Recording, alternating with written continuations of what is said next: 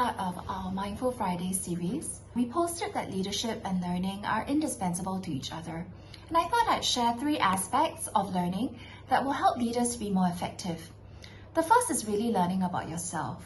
What are your strengths, your vulnerabilities? What are some opportunities for growth? What takes you off? What makes you tick? So recently I was meeting with a leader and she insisted on doing certain things herself. And unfortunately as it turns out, she wasn't very good at those things.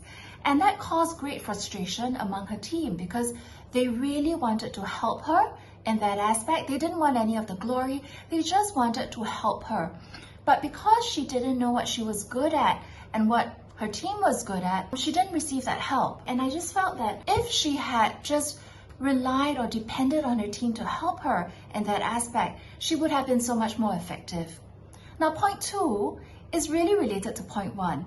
Just as you know your strengths and your vulnerabilities, the second bit is, what are your team members good at? What are their strengths? How can you marshal the strengths of the group so that the team is more effective? Recently, I found out that one of my team members actually part-timed when he was younger. He sold cameras, and so he had a wealth of knowledge about cameras. And when we were looking at some tech gear, he was able to provide very useful insight into cameras because he had done that part-time job in the past. Now, the third aspect of learning that I think leaders can really lean into is about your industry. What are some of the other players doing? What are some of the changes which you think are underway? What is the global economy looking like?